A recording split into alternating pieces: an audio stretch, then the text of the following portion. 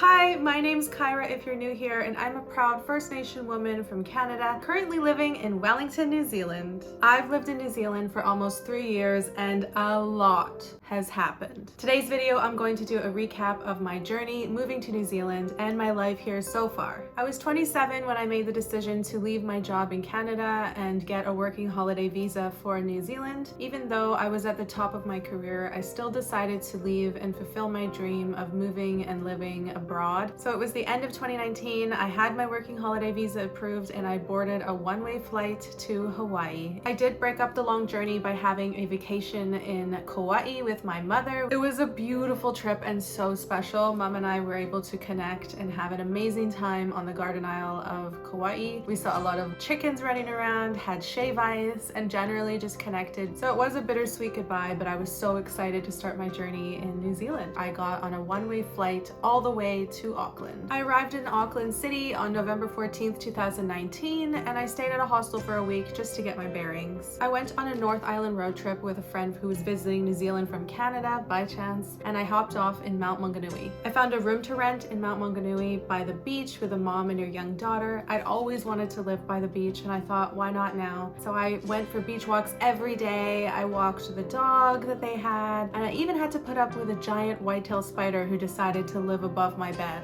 After 2 months of living in the Mount, which was pretty glorious, I decided it was time to move on, and I decided to buy myself my first ever car for $2,000 after searching for ages online. I packed up all my belongings into my little red car and set off on a grand road trip of Northland area in New Zealand. I spent about 2 to 3 weeks traveling all around the Northland, from snorkeling in Poor Knights Marine Reserve to staying in a former jail turned hostel in Whangarei. I went all the way up to Cape Reinga, passing by Paia, saw an ancient giant kauri tree called Tain Mahuta, and swam in the pristine Kaiiwi Lakes, which is one of my favorite. It was an epic trip, and the subtropical temperatures and weather up north was really hot and very sunny. I spent some time in Auckland after the trip to regroup, and I decided I'd move to Taupo. It seemed like an awesome enough town, it had a lot of activities to do, so I made the drive down to Taupo. On the drive down, I did ring a hostel and asked if they would hire me for a work for accommodation type arrangement, and they said yes. I did stop at Waitomo Glowworm Caves on the way down, and when I arrived, I moved into the hostel. I met other travelers from all over the world who were also working at the hostel. They were a pretty cool bunch. I lived in an 8-bed dorm room with all the other workers and worked as a housekeeper for my work for accommodation gig. I quickly realized they were taking advantage of travelers, charging extremely high rent costs for not much value for what you got, which was a hostel dorm room bed. So after a grand total of 3 shifts, I quit.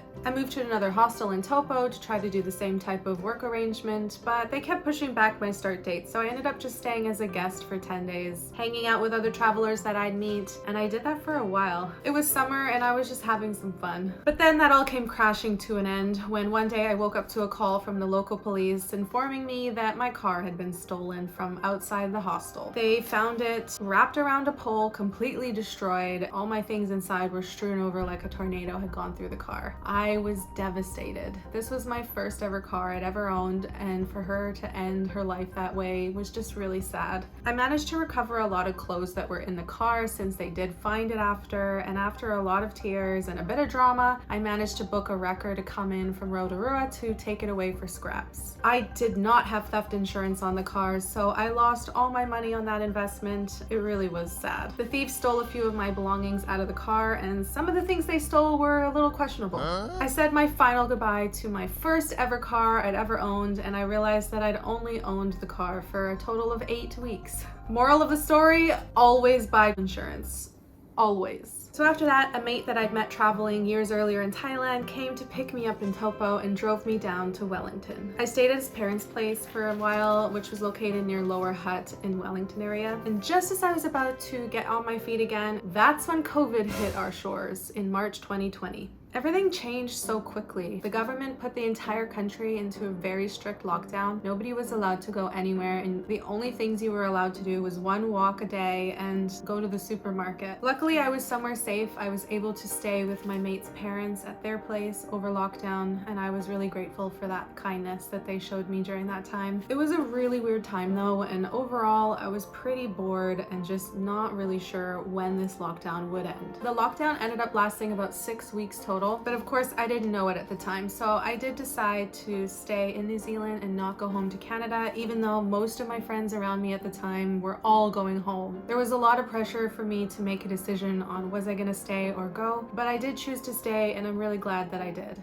Eventually in May 2020, the government allowed domestic travel around New Zealand, so that was my ticket out of there, and I started to travel around the country. I went on some great trips. I went to New Plymouth for a week, where I went on the hardest hike I've ever done in my life and saw amazing views of Mount Taranaki. After a while, I met up with some travelers who I'd met in Taupo, and we went on an epic, mega 6-week South Island road trip. I saw so many things and did so many things that trip. It's actually insane. There's a whole video series I did on it. So when I got back to Wellington, it was now time to start thinking about working. Up until then, I'd been living off of savings, and that was really starting to weigh down on my mind. I really wasn't having success getting a job on my own, so I decided to make the move to Wellington City, and I'm so glad I did because I loved it. My life changed direction more than it ever had once I decided to move to Wellington City. I lived in a hostel, and I really enjoyed the social environment. I started working with an agency and got a lot more interviews and was successful in getting 2 job offers. So now all of a sudden I was working and making good money in a job. Things were going really well. In September 2020, I went to Hawke's Bay area for the first time. I went with a friend and we stayed in Napier. We saw Tamata Peak for sunrise, tasted good wine. Actually, we had lots of wine. And we did this super cool hike to a place called Bell's Rock Lookout, which was so beautiful. I can't believe the formation of that rock is natural. It was so cool. I liked living at the hostel and it worked for me at the time, and I ended up living there for 3 months, which was really surprising to me. I didn't think I would do that. I was just really happy that I was working and no longer living off my savings, but eventually the hostel life did get to me, so I found a flat in the central area of Wellington and started living with 2 other Kiwi flatmates. I even bought my first bed for the first time. It was totally worth it. In October 2020, I went on a quick trip to Kaikoura in the South Island. It's a really pretty area, and I went on a boat ride in search of whales. And we ended up seeing orca whales. It was amazing. But the boat ride was pretty rough and a lot of people got sick. But I still think it was worth it to see the orcas. In 2020, I had my champagne birthday, which is when you turn the age of the date that you're born. So I turned 29 on the 29th of November. To celebrate, I had a huge hair transformation done. I chopped off a lot of length and I went super blonde. I was obsessed with the results and I felt like I had the best hair I'd ever had. I ended the year 2020 with a holiday in the South Island. It was a quiet New Year's and I spent the night at a campsite near Dunedin with a travel mate. It was a good trip. In March 2021, I left my job for a new one. But before I started my new job, I decided to go on another holiday to the South Island. This time I went on the Transalpine scenic train ride that travels from Christchurch to Greymouth. I'd highly recommend this route. It was super stunning scenery. Afterwards, I flew down to Queenstown. I really like this small mountain town and it's always a good time in Queenstown. I started my new job in April 2021 and I really liked it. At the end of April, I went on a trip to Auckland and I went to Raglan for the first time. It was a super cool surfer town and I really had a lot of fun. I got my second tattoo done in a studio in Auckland 11 years after getting my first one done. It turned out really nice and it actually didn't hurt as much as I thought that it would. Things seemed to be going okay at the flat until they weren't. It got pretty ugly with my former flatmates. I really wasn't anticipating things to end so badly, but there was so much drama and so much turmoil that really the only good thing was for either them to move or for me to move. And in the end, both of the other flatmates decided to move out. I learned a lot of lessons during this time. To be honest, this was a really hard time for me to live with people that I really didn't like, and it really taught me the value of how much I appreciate my own space and living on my own. So at the end of the day, I found myself a head tenant of a 3-bedroom flat in central Wellington at 29 years old. I did find 2 other flatmates and I just hoped for the best that things maybe would get better. But living with people is hard, and honestly, I was just really tired of living in such a tiny flat with little to no privacy. I guess I had the fantasy of, being a little flat family, but unfortunately, things didn't really work out. It was around this time that COVID made a reappearance in New Zealand. It was now in the community spreading quickly. The government decided to put the entire country back into a level 4 lockdown. Thankfully, this lockdown didn't last too long, and at the end of August, the lockdown was lifted in Wellington. I was super thankful for this because it was at this point that I really wanted to change where I was living. One day I had a huge fight with one of the flatmates. we really didn't get along. I just decided that I'm gonna move out. Enough was enough.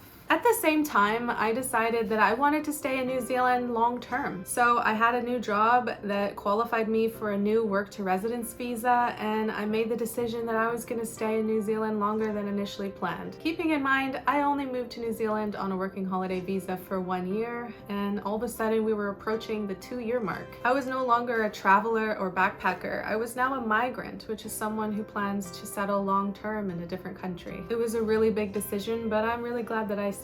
In 2021, I moved into a beautiful flat, a studio in central Wellington where I happily live on my own, flatmate and drama-free. I turned 30 years old and I did a couple's trip to Topo, and it was the first time going back since I had been there when my car was stolen. It was a really good trip. I went on a lot of other couples trips because I had a boyfriend for the first time in about 8 years. It didn't really last long though, and after about 5 months of dating, we broke up in January 2022. Honestly, I'm so much happier being single and I'm having a lot of fun. In 2021, something really exciting was announced. The government announced a one-off residency visa for those of us who stayed during the pandemic. This was big news because this was an easy, fast-tracked way to become a resident of New Zealand. And guess what? I qualified. This fast-tracked my residency plans by 3 years. I was kind of in shock, but really happy at the same time. It's been a really long application process for this visa though, and the one thing I've learned the most out of this experience is the virtue of patience. Not to mention the thousands of dollars I've spent on immigration since moving to New Zealand. The residency visa cost $2,160 plus all the expenses for my previous work visas. It's pretty pricey to stay here.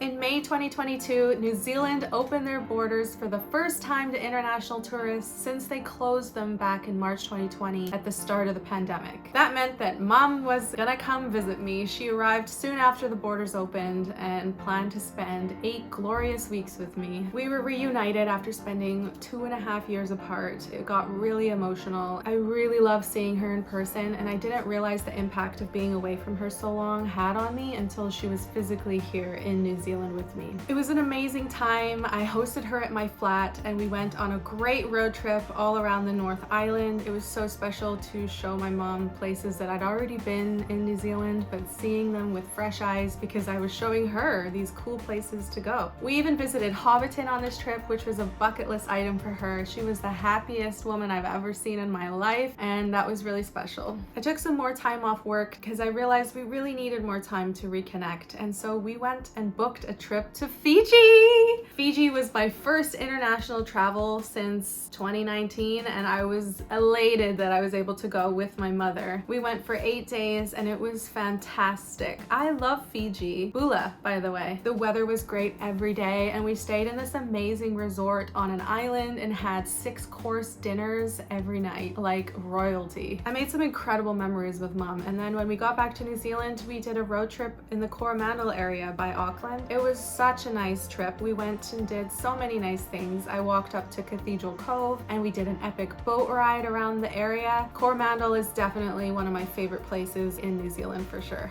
In total, Mom visited for 2 months. It was epic. The travels we did, the memories we made, I really cherish that close to my heart. Unfortunately, she did have to go home at the end of June. I can't wait to visit her again next year, and this time it's my turn to make the trek over to visit her. Now that brings us up to today. On July 22nd, 2022, my residency application was approved. Yay! Why is residency a big deal? It just means I have so much more freedom in this country to work in a job that I want to work in, to work the way that I prefer to work, which is as an independent contractor, and it just generally gives me a lot more rights and freedoms in New Zealand as a resident. My residency is indefinite, there's no expiration date on it, and the next step is after 2 years, I'll qualify for permanent residency. And that's forever, and it's pretty cool because it means I can come and live in New Zealand whenever I want, and that's pretty great. The same day I got my residency, I also resigned from my current job. It was a long time coming. I'd been in that job for over a year, and while I'm really grateful grateful for the fact that it enabled me to become a resident. It really was time to move on. What's next for me? Well, I expect a new job in the future, as well as some really exciting international trips. I'm so excited to continue to share my journey with you guys. I really hope you enjoyed this recap, and of course, this journey is far from over. Make sure you subscribe and follow me if you want to keep up to date in real time on the adventures that I'm living, and special shout out to the ones that have been watching from day one. Thank you so much for watching the video, and I'll see you in the next one. Bye!